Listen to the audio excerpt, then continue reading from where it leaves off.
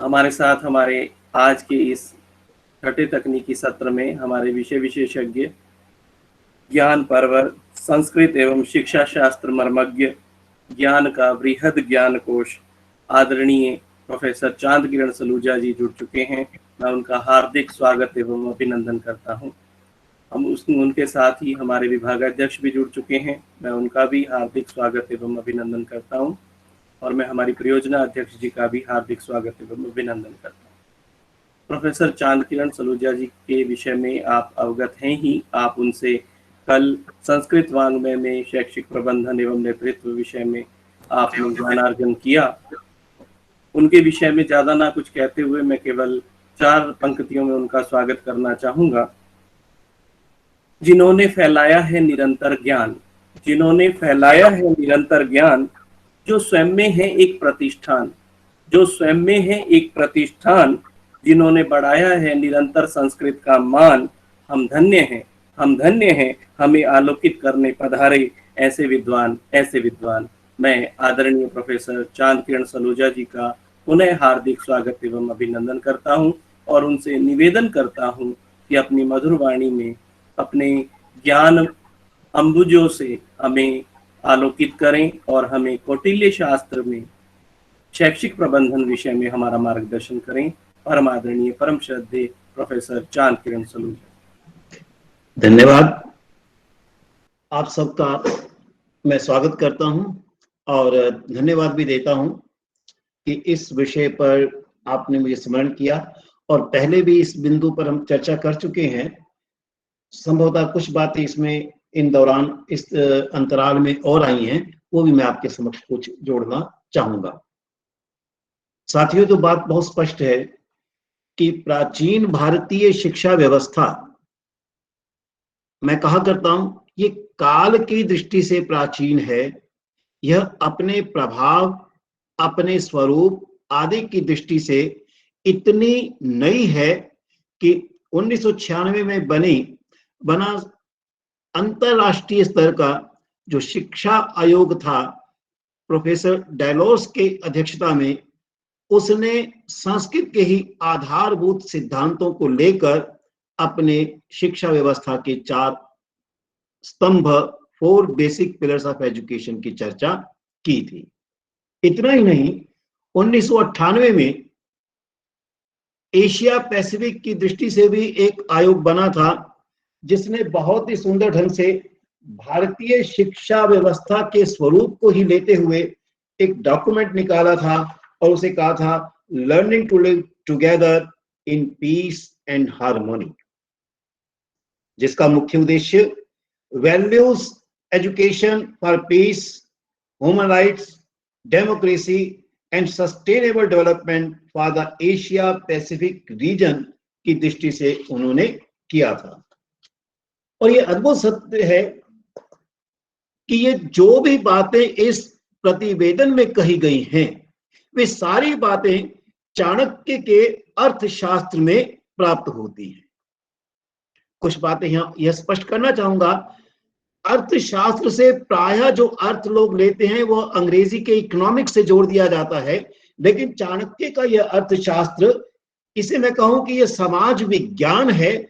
और समाज विज्ञान के लिए हम कहा करते हैं वो एक छाते के समान है, एक अम्ब्रेला टर्म है, जिसके अंतर्गत राजनीति भी आती है, इतिहास भी आता है, भूगोल भी आता है, पर्यावरण भी आता है, शिक्षा भी आती है, प्रबंधन भी आता है।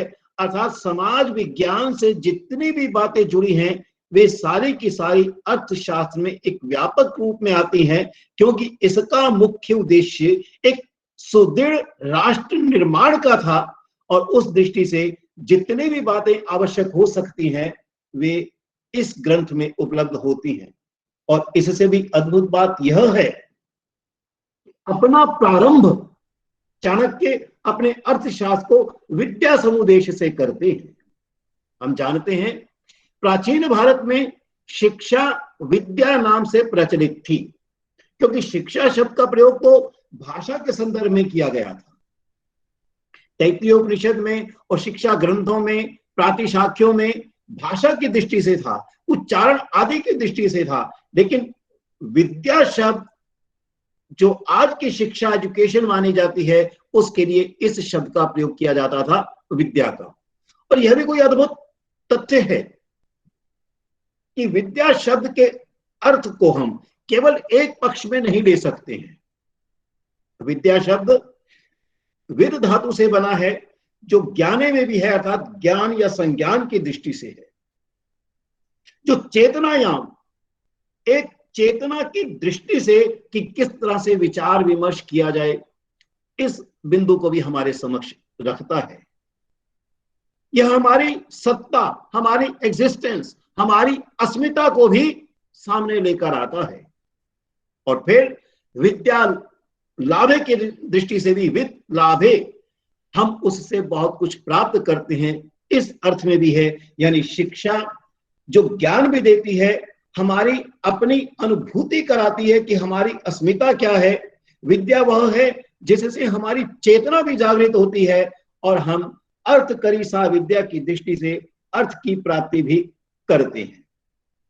और अद्भुत तथ्य यह भी है कि चाणक्य की इस ग्रंथ में, और चाणक्य नीति यानी जो विभिन्न प्रकार के उन्होंने नीति संबद्ध श्लोक कहे हैं, इन चारों बिंदुओं को समेटने का प्रयास किया है कि व्यक्ति ज्ञान भी प्राप्त करे, उसका लाभ भी हो जाए, उसमें चेतना भी जागृत हो, उसमें विचार विमर्श भी आए, मंथन भी आए। और इसी प्रकार के राजा की संकल्पना की गई है और उसी दृष्टि से प्रबंधन हमें दिखाई देता है। यद्यपि हम यह कहें कि शैक्षिक प्रबंधन जिस प्रकार से आज हम ग्रंथ देखते हैं वैसे हैं, मैं उस तरह से नहीं कहूंगा, लेकिन हाँ, हमें उनसे निहितार्थ निकालना पड़ेगा किस प्रकार के प्रबंधन की चर्चा हमारा कौटिल्य का अर्थशास्त्र करता है।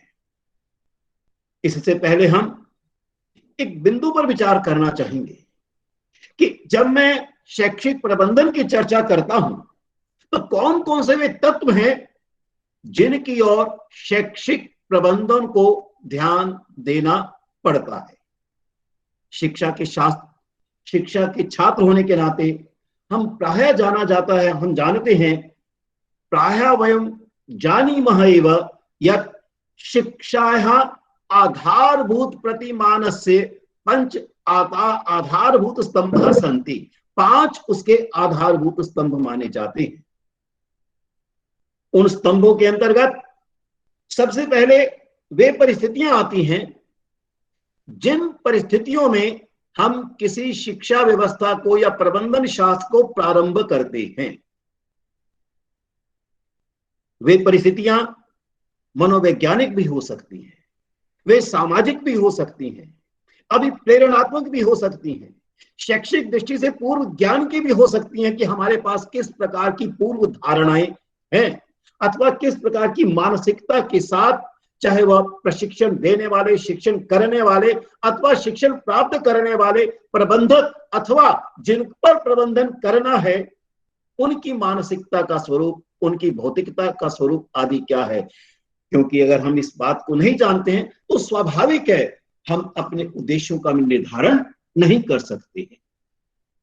इस दृष्टि से उद्देश्यों की चर्चा द्वितीय सोपान आ जाता है। और ये उद्देश्य भी सामान्य उद्देश्य नहीं है, ये उद्देश्य व्यावहारिक उद्देश्य है। यदि हम चाणक्य के इस अर्थशास्त्र को देखते हैं तो बात बहुत स्पष्ट रूप से दिखाई देती है। शिक्षा यदि व्यक्ति के व्यवहार में परिवर्तन नहीं ला पाती है तो उनकी दृष्टि में शिक्षा केवल शाब्दिकता है।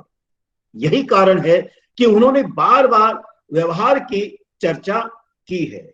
अधिकरण शब्द का अध्यायों के लिए इसमें प्रयोग हुआ है।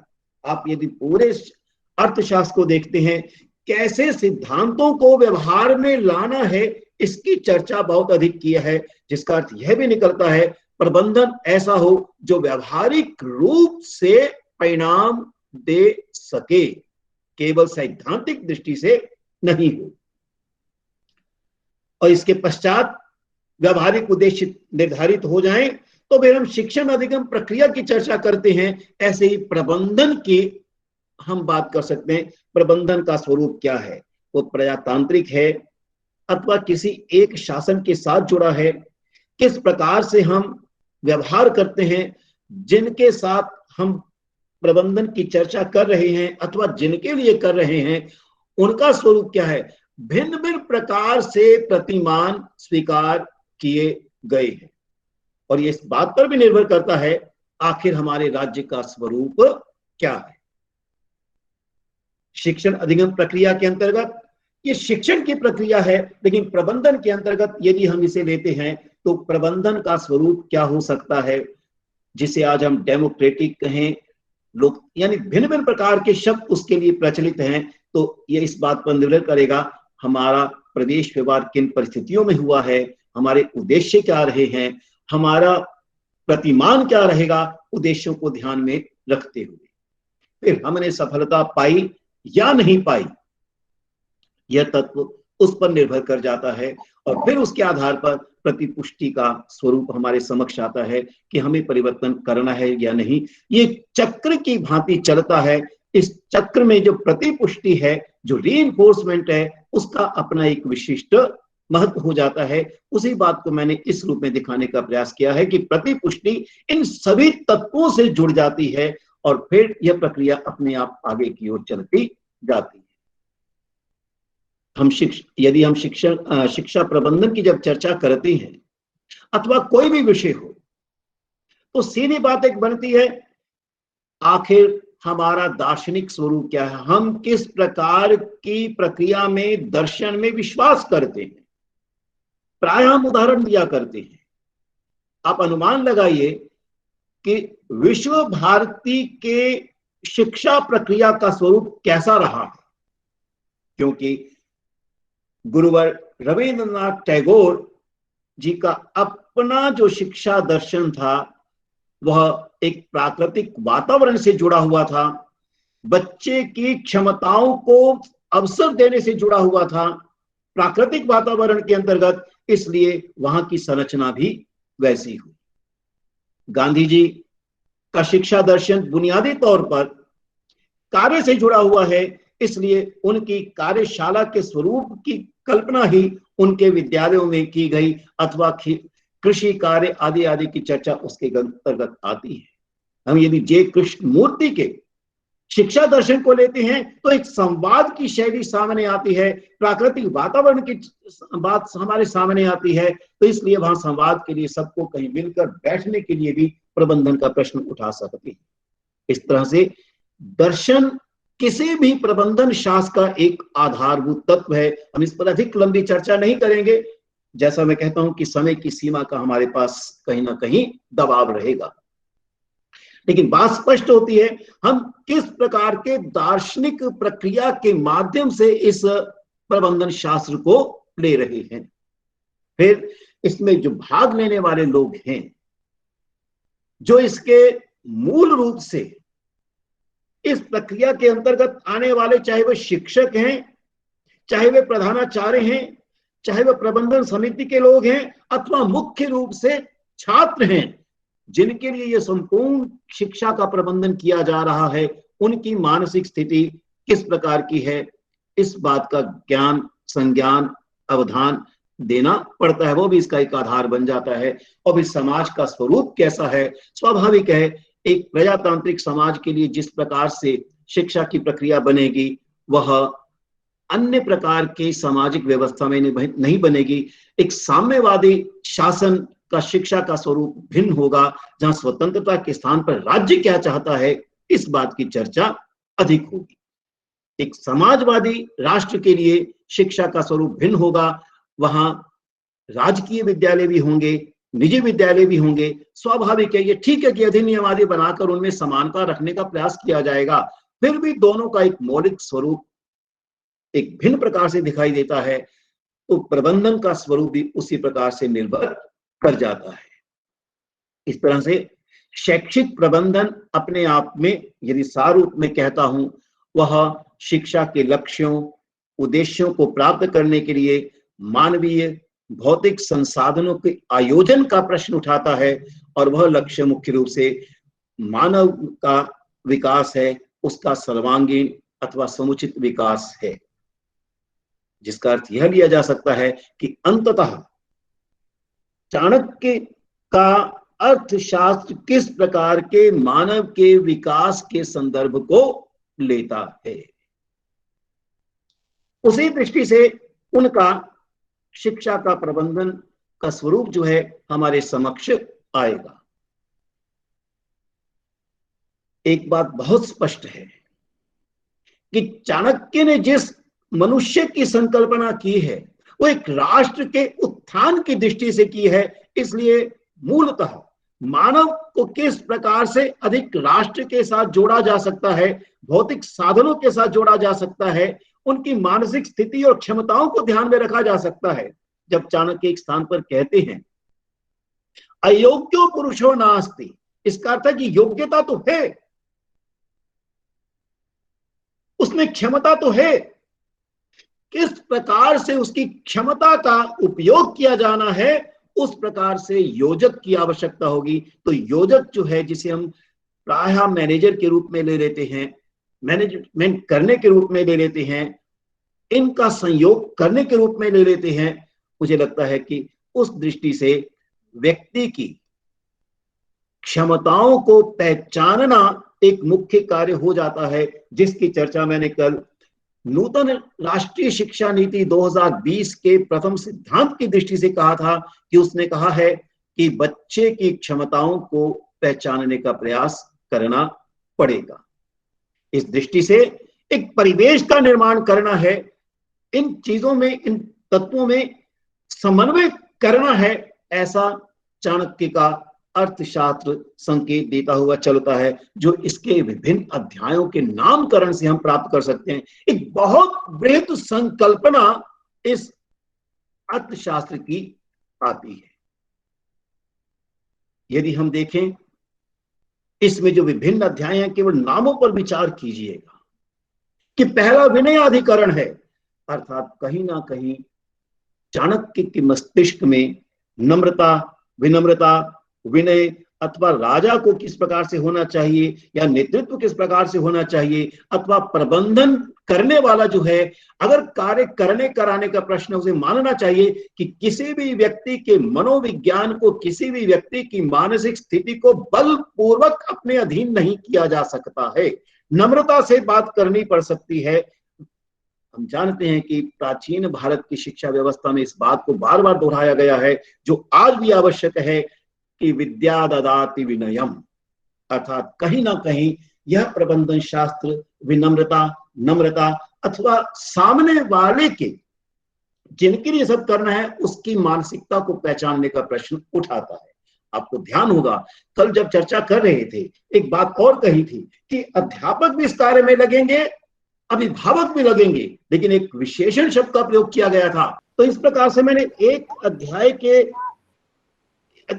के संदर्भ में स्पष्टीकरण किया कि अध्यायों के नामकरण के पीछे भी कोई ना कोई एक उद्देश्य, लक्ष्य छिपा हुआ है। इस तरह से उनके प्रबंधन के अंतर्गत ये सारे तत्व एक प्रबंधन की गुणात्मकता, प्रबंधन के लक्षणों को भी दिखाते चले जाते हैं। अध्यक्षता का अर्थ है अध्यक्ष प्रचार अधिकरणम, धर्म स्थीयाधिकरणम, कंटकशोधाधिकरणम, वृत्ताधिकरणम, योन्याधिकरणम, षाड्गुण्याधिकरणम, व्यसनाधिकरण्यम। यानी प्रत्येक अध्याय किसी ना किसी विशिष्ट गुण की चर्चा करता है। आप इसका यदि 15वां अध्याय देखते हैं, तंत्र युक्ति अधिकरणम, यह अपने आप में एक अद्भुत है, जो कहीं ना कहीं शोध की प्रक्रिया के प्रति भी संकेत कर जाता है। शोध इसलिए इसमें जिन तंत्र युक्तियों का प्रयोग किया गया है, यानी अर्थशास्त्र के विभिन्न श्लोकों का अथवा अध्यायों का अथवा प्रसंगों का अथवा संदर्भों का अर्थ क्या करना चाहिए। हम जानते हैं शब्द समान होता है, लेकिन भिन्न भिन्न संदर्भों में अपने नए नए अर्थ देता रहता है। उस दृष्टि से तंत्र युक्ति लाभप्रद रहती है अर्थ के स्पष्टीकरण की दृष्टि से, जिसकी चर्चा चरक संहिता में भिन्न भिन्न प्रकार से की गई है। एक अनुसंधानात्मक प्रक्रिया के रूप में यह आती है। इस बिंदु का मुख्य तत्व यही था कि अध्याय भिन्न प्रकार के जो हैं उनका नामकरण भी प्रबंधन के अनेक गुणों को प्रतिपादित करता है।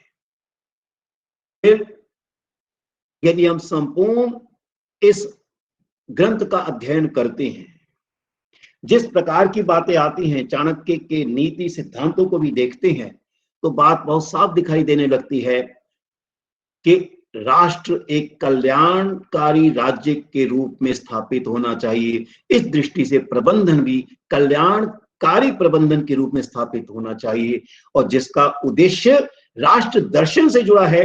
राष्ट्र का स्वरूप हमारे सामने क्या होगा? आप जरा मुद्रा राक्षस को याद कीजिए, किस प्रकार से चाणक्य ने संपूर्ण मुद्रा राक्षस का नियंत्रण अपने हाथ में रखा है, लेकिन मुख्य उद्देश्य था उस राष्ट्र का उत्थान, राष्ट्र का एकीकरण, राजा को अधिक से अधिक प्रशस्त करना। लेकिन राजा कुछ भी करे इसलिए नहीं, इसलिए जैसे जैसे चंद्रगुप्त किसी भी प्रकार से अपना ऐसा व्यवहार करते हैं जो राष्ट्र के लिए हानिकारक हो सकता है, तो स्वच्छंदता है, चाणक्य उस पर एकदम नियंत्रण करते हैं। इसका अर्थ है कि सचिव के रूप में उसकी भूमिका कैसे हो सकती है। लेकिन यह राष्ट्र दर्शन केवल सैद्धांतिक नहीं है, वह व्यावहारिक भी है, जिसकी दृष्टि से राष्ट्र दर्शन संप्रभुता से भी युक्त है, लेकिन नैतिक होना चाहिए। जिसकी सीधी बात है कि प्रबंधन अपने आप में प्रभु प्राप्त होता है, प्रभु सत्तात्मक होता है, उसमें शक्ति होती है, वो एम्पावर्ड होता है, वो सशक्त होता है, लेकिन उसके साथ उसकी नैतिकता का होना अनिवार्य है। क्योंकि कल्याणकारी राज्य के लिए एक नैतिकता, ठीक है, वो विधि के द्वारा लाई जा सकती है, जिसके लिए साम दाम दंड की दृष्टि से वो दंड का भी वर्णन करते हैं, लेकिन होना यही चाहिए। मनुष्य के का जो एक स्वभाव है, मानसिकता है, वो अपने आप में नियंत्रित करने वाली नहीं है। हम आज शोध में जानते हैं कि हम कितना भी प्रयास कर लें शोधों में, हम वस्तुनिष्ठता की चर्चा कर सकते हैं, लेकिन मनुष्य के मनस को नियंत्रित करना बड़ा ही कठिन है। गीता में संपूर्ण गीता कहने के बाद भी अर्जुन को कहना पड़ता है कि चंचलम ही मना कृष्ण, और फिर अर्जुन को उत्तर भी दे देते हैं कि मेरे भाई ठीक है, और ये केवल अभ्यास और वैराग्य से ही इसे नियंत्रित किया जा सकता है, और ये अभ्यास और वैराग्य नैतिकता का ही प्रतीक। अंतस चेतना की जागृति, यानी चाणक्य का जो प्रबंधन शास्त्र है, वो व्यक्ति की इनर कॉन्शियसनेस, जो अंतस चेतना है, उसकी जागृति का प्रश्न है। वो मानकर चलते हैं प्रबंधन शास्त्र किसी भी प्रकार से बलपूर्वक पूरे समाज को नियंत्रित नहीं कर सकता, और ना इसे करना चाहिए, क्योंकि कल्याणकारी राज्य का स्वरूप उसी प्रकार से हो सकता है। हाँ, व्यवहार प्रधानता है, इसके साथ वो निर्णयात्मकता से जुड़ा है, वो सक्रिय भी होना चाहिए। यह एक प्रकार से स्वरूप प्रदर्शित कर देता है कि अंततः किस प्रकार से चाणक्य का यह अर्थशास्त्र प्रबंधन के दार्शनिक स्वरूप को प्रकट करता है, जिसमें मनोविज्ञान भी निहित हो जाता है, और जिसमें समाज शास्त्रीय स्वरूप भी निहित हो जाता है। समाज शास्त्रीय स्वरूप में बहुत से वहां श्लोक हैं, लेकिन दो बिंदु मैं आपके समक्ष रख रहा हूं, यानी किस प्रकार से प्रबंधक को अथवा नेता को अपना कार्य करना चाहिए। बहुत स्पष्ट कहते हैं, प्रजा सुखे सुखम राज्य। यहाँ राज्य का अर्थ है प्रबंधक के रूप में आप लीजिए। मैं प्रारंभ में कह चुका हूं, उस समय की जो एक शासन व्यवस्था थी वो भिन्न प्रकार से थी। उस दृष्टि से राज्य हुआ करता था, उसका राजा हुआ करता था। ठीक है, वो प्रजातांत्रिक गणतंत्रात्मक कुछ भी रहे, लेकिन राजा प्रमुख है जो प्रबंधन के साथ जुड़ा है। उसका सीधा अर्थ यह भी निकलता है कि उसे प्रजा के सुख के लिए जिन पर शासन कर रहा है, जो शासनीय है, उनके सुख का ध्यान रखा जाए। इसलिए कहा प्रजा सुखे सुखम राज्य, प्रजा नांच हिते हितम, उनके हित की चर्चा करनी है। अपना उसका व्यक्तिगत स्वरूप होते हुए भी वह प्रजा को प्रमुखता दे, यानी प्रबंधन शास्त्र का मूल उद्देश्य जिनके लिए सब किया जा रहा है, उनके सुख और हित की ओर ध्यान देना अनिवार्य है। नात प्रियम हितम राज्य, उस स्वार्थी नहीं हो। प्रजा नाम तु प्रियम हितम, वो प्रजा के लिए अर्थात जन सामान्य के लिए ही वह कार्य करे। यह एक दार्शनिक आधार है चाणक्य के अर्थशास्त्र में प्रबंधन शास्त्र का। नेता कैसा हो, नेतृत्व प्रदान करने वाला कैसा हो, प्रबंधक कैसा हो। प्रारंभ में कहा था विनय की बात की थी, प्रारंभ में कहा था वो विद्या समुदेश है, प्रारंभ में कहा था वो विनय अधिकरण के अंतर्गत है। इसलिए देखिए आता है विद्या विनीतो राजा ही प्रजा नाम विनय रता, यानी राजा को भी विद्या प्राप्त करनी चाहिए और विद्या ददाति विनय का स्वरूप मैंने आपके समक्ष रखा था, यानी प्रबंधन शास्त्र विनम्रता से युक्त होना चाहिए। इसका अर्थ ये नहीं है कोई कुछ भी कर ले, वो साम दाम दंड में दंड की बात भी करते हैं, दाम की भी, वो भिन्न प्रकार के उपाय अपनाते हैं। वो उनके लिए जो मन से नहीं मानते हैं, मन से नहीं जुड़ते हैं, अंतस चेतना जागृत नहीं होती है। लेकिन प्रयास यही होना चाहिए कि व्यक्ति की अंतस चेतना की जागृति हो, यानी जिसे हम नैतिकता कहते हैं। विधि में, कानून में और नैतिकता में यही अंतर है। विधि कानून के द्वारा सिखाती है और नैतिकता जो है व्यक्ति को इस प्रकार से बनाती है कि वह अपने आप अंतस चेतना की जागृति के माध्यम से स्वयं निर्णय लेने के योग्य बनता है। और उसका साधन विद्या को दिया है कि विद्या किस प्रकार से व्यक्ति को विनम्र बना सकती है, ये उद्धत करने वाली नहीं है। आइए जरा याद करते हैं श्वेत केतु और आरुण की कहानी को। बेटा उदंड होता जा रहा था, कहा उसने जाओ फल तोड़ कर लाओ, लाया गया, तोड़ो, क्या है, कुछ नहीं।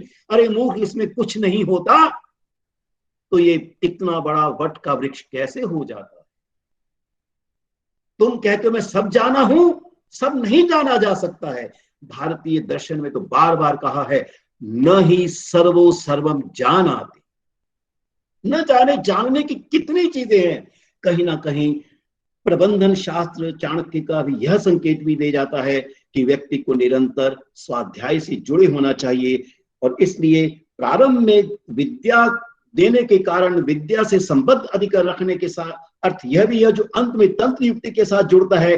दोनों के बीच बातें कही गई हैं, लेकिन दोनों का मुख्य अर्थ यही निकल कर आता है कि निरंतर स्वाध्याय की प्रक्रिया को अपनाना चाहिए। इसका अर्थ है कि शैक्षिक प्रबंधन ऐसा हो, व्यक्ति निरंतर अध्ययन करता रहे, चाहे वो मनुष्य के स्वभाव का अध्ययन करे या शास्त्रों का अध्ययन करे। चाणक्य की नीति अथवा अर्थशास्त्र को पढ़ने के बाद एक बहुत स्पष्ट आभास होने लगता है कितना उनका स्वाध्याय रहा होगा।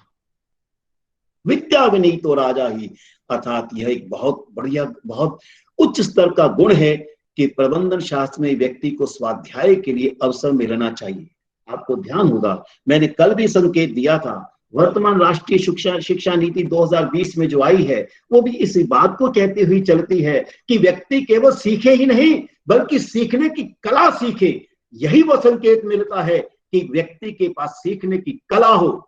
बहुत ही सुंदर रूप से एक विद्यानिवास मिश्र जी ने अध्यापन पर एक पुस्तक लिखी थी। अध्यापन पर पुस्तक लिखते हुए उन्होंने भारतीय संदर्भों में जो एनसीटीई ने लिखवाई थी उसमें इस बात की ओर वो संकेत देते हैं कि सीखने वाले को पहले यह सोचना होगा कि मैं कुछ भी नहीं जानता हूं। एक स्थान पर लिखते हैं अगर कोई यह सोच लेता है कि मैं बहुत जानता हूं तो कैसे सीखेगा। आजकल मैं इसकी तुलना पेन ड्राइव से किया करता हूं। अगर पेन ड्राइव भरी हुई है तो नई सामग्री नहीं आएगी, वो तो खतरे का चिन्ह लाल दे देती है। नई सामग्री को लेना है तो उसे मुक्त और रिक्त करना होगा, मुक्त और रिक्त मन से ही चलना होगा। और उस मन से मुक्तता और रिक्तता विनय के कारण ही आती है। जरा ध्यान दें हम रामायण की उस घटना के प्रति जिसमें कह दिया जाता है लक्ष्मण को जाओ रावण से तुम सीख कर आओ, और वो जाता है कि रावण मुझे आज्ञा दो, वो नहीं बोलते हैं, आकर कह दो बोल नहीं रहा। लक्ष्मण को कहते हैं कि राम लक्ष्मण क्या सीखने का यही तरीका है? पहले विनम्रता प्रकट करो, हाथ जोड़ो, उनके चरणों में बैठो, उन्हें अपना गुरु बनाओ, कहो कि मुझे विद्या दीजिए, तब जाकर वे कहीं दे। और जब ये होता है तो इस प्रकार से बात है। यानी हम ये कह सकते हैं कि चाणक्य के अर्थशास्त्र में, प्रबंधन में जहां विद्या को महत्व दिया गया है, और मैं विद्या का अर्थ बता चुका हूं कि वह ज्ञान भी है, वो अस्तित्व की पहचान भी है, वो चेतना की प्रखरता भी है, और वह लाभ की बात भी है, वही विनय के साथ ही जुड़ा जाएगा। यानी प्रबंधन विनम्रता पूर्वक किया जाने बहुत ही सार रूप में, इसलिए मैंने इस पर समय अधिक दिया कि बहुत ही सार रूप में इस बिंदु को उन्होंने रखा। तो विद्या विनीतो राजा ही प्रजा नाम विनय रता, फिर कहा प्रजा नाम विनय रता। सीखने के लिए, जानने के लिए विनम्रता अनिवार्य है। विद्यानिवास मिश्र जी एक बात कहती है, जो शास्त्र लिखे गए और जब शास्त्रों पर भाष्य लिखे गए, कितने बड़े भाष्य लिखे गए, लेकिन भाष्य लिखने वाले ने अभिमान प्रकट नहीं किया। आप देखिए ना, पतंजलि के द्वारा लिखा हुआ जो महाभाष्य है, मूल तो अष्टाध्यायी है, वो अष्टाध्यायी की व्याख्या है। गर्व नहीं, अभिमान नहीं, हाँ, भाष्य के लिए कितने ध्यान से उस विषय को पढ़ा जाता है, संभवतः लेखक ने भी ध्यान नहीं दिया होगा। विद्यानिवास मिश्र जी ने इस प्रश्न को उठाया है कि जो विनम्र होता है वही विद्या सीख सकता है। इसका अर्थ यह बनता है कि शैक्षिक प्रबंधन के अंतर्गत विनम्रता रखते हुए किस प्रकार से सबको उसके साथ जोड़ा जाए, एक मुख्य तत्व निकल कर आता है। इसलिए फिर कहते हैं अनन्या पृथ्वी भुक्ते सर्वभूत हिते रतः, जो सब लोगों के साथ जुड़ता है। इसलिए प्रारंभ में कहा था ये कल्याणकारी प्रबंधन के स्वरूप को रखता है, सर्वभूत हिते रतः। उनका यह, जिसे वेलफेयर स्टेट कहते हैं, एक कल्याणकारी राज्य के लिए कल्याणकारी नेतृत्व को ध्यान में रखते हुए कल्याणकारी प्रबंधन शास्त्र के नियम को, आधारभूत सिद्धांत को चाणक्य हमारे सामने रखते हैं। इसी को सार रूप में रखा कि कल्याणकारी राज्य दर्शन हो, उसमें समाज शास्त्र जुड़ा हुआ होगा, मनोविज्ञान जुड़ा होगा, एक त्रिकोण के रूप में, एक चक्र के रूप में चलता है, और उसका मूल आधार कुशल नेतृत्व का दान है। विद्या समुदेश की चर्चा आती है।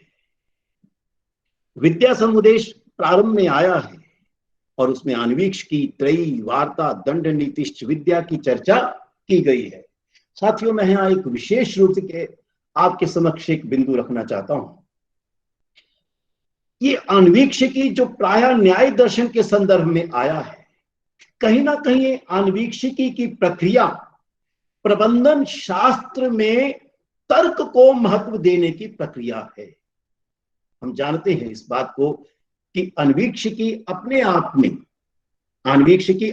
में न्याय दर्शन के लिए आया है, और न्याय दर्शन में पहला सूत्र जो आया है वो 16 सिद्धांतों को कहता है, 16 तत्वों की बात करता है। वो तत्व है, मैंने सिद्धांत कहता हूं, अर्थात प्रमाण, प्रमेय, संशय, प्रयोजन, दृष्टांत, सिद्धांत, अवयव, तर्क, निर्णय, वाद, जल्प, वितंडा, हेत्वाभास, छल, जाति, निग्रह स्थानानाम तत्व ज्ञान निश्रेयसाधिगमा, अर्थात जो हमारी प्राप्ति है वो इन 16 तत्वों से निकल कर आती है। कहीं ना कहीं यह सूत्र आणविक्षिकी की दृष्टि से और चाणक्य के सिद्धांतों की दृष्टि से प्रामाणिकता को महत्व देता है।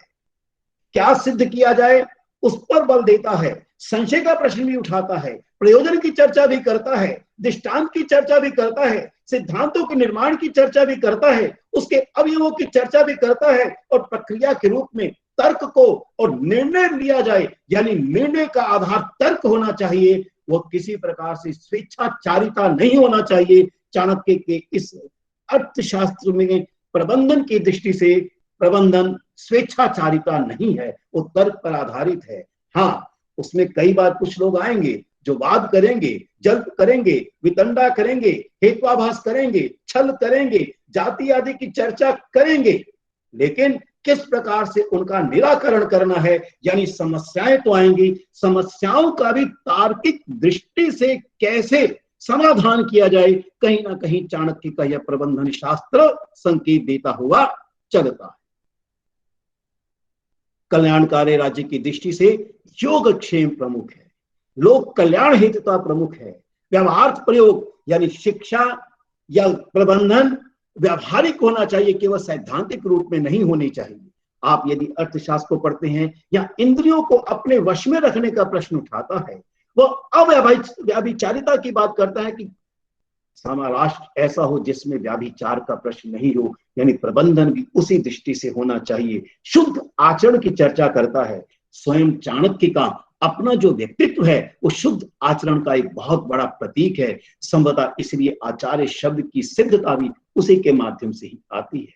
चतस्रः विद्या व्यक्तित्व विकास की दृष्टि से महत्वपूर्ण है, यानी प्रबंधन में इस प्रकार से इन सभी का स्थान होना चाहिए। ये अनुशासित होने की प्रक्रिया है, स्वयं को अनुशासित करने की प्रक्रिया है, यानी प्रबंधन ऐसा हो कि व्यक्ति स्वयं ही अनुशासित होता चले, उसे बाहरी नियमों की आवश्यकता ना पड़े। हाँ, यदि करता है तो दाम दंड आदि से उसका कार्य किया जा सकता है।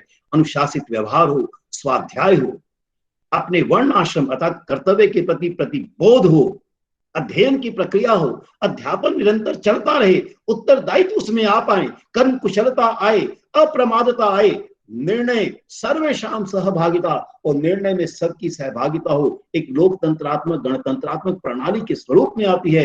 अतः प्रजातांत्रिक प्रशासन है, ऐसा भी आभास देता हुआ चलता है। यदि उसके भिन्न भिन्न तत्वों को मैं इन सूत्रों में दूं कि यह अपने आप में आत्मनियंत्रण का प्रश्न है, आत्मविश्वास का प्रश्न है, यह आत्मसम्मान का प्रश्न है। अर्थात इस प्रबंधन से व्यक्ति स्वयं पर आत्मनियंत्रण कर सके, आत्मविश्वास उसमें जाग सके, आत्मसम्मान का प्रश्न उसमें जाग सके। क्या ऐसा प्रबंधन हो सकता है? उसमें विवेक का स्वरूप यानी एक जीता जागता रूप ले ले, कर्तव्य परायणता आ जाए, सामाजिक नैपुण्य आ जाए, राष्ट्र के संरक्षण का प्रश्न हो जाए, राष्ट्र के प्रति प्रेम जागृत हो, राष्ट्र की उन्नति जागृत हो, कुटुंब के समान उसका परिवेश हो, न्यायशीलता हो, दंड नीति साधु नाम रक्षण आए, दंड नीति का यह उपयोग होना चाहिए और विनय मूलो दंडहा, और इस प्रकार से उसमें भी कहीं ना कहीं विनय का भाव दिखाई देना चाहिए। ये सभी गुण चाणक्य के अर्थशास्त्र में प्रबंधन शास्त्र के स्वरूप को ही प्रतिदर्शित करते हैं। कार्य विभाजन की दृष्टि से भिन्न भिन्न प्रकार के सचिवों की नियुक्ति अर्थात कार्य का बंटवारा कैसे हो, एक यह जिसे हम कहें कि यह केवल एक के हाथ में ही सब कुछ हो, ऐसा नहीं होना चाहिए। लोकतंत्रात्मक प्रणाली में किस प्रकार से भिन्न भिन्न लोगों को कर्तव्यनिष्ठ बनाया जा सकता है, लेकिन एक बहुत मजेदार बात चाणक्य इसमें कहते हैं, योग्य जना नाम नियुक्ति ही। आज हमारे समाज की दुर्दशा इसलिए है कि योग्य जनों के स्थान पर दाम आदि के माध्यम से जब नियुक्तियां होती हैं तो ये स्थितियां उत्पन्न होती हैं। इसने कहा योग्य जना नाम नियुक्ति, कितना महत्वपूर्ण यह प्रबंधन का सिद्धांत है। योग्यता अनुगुणम कार्य विभाजनम, इसलिए जब मैंने कहा था कि हर व्यक्ति योग्य है, लेकिन किस प्रकार से उसकी योग्यता को पहचाना जाए।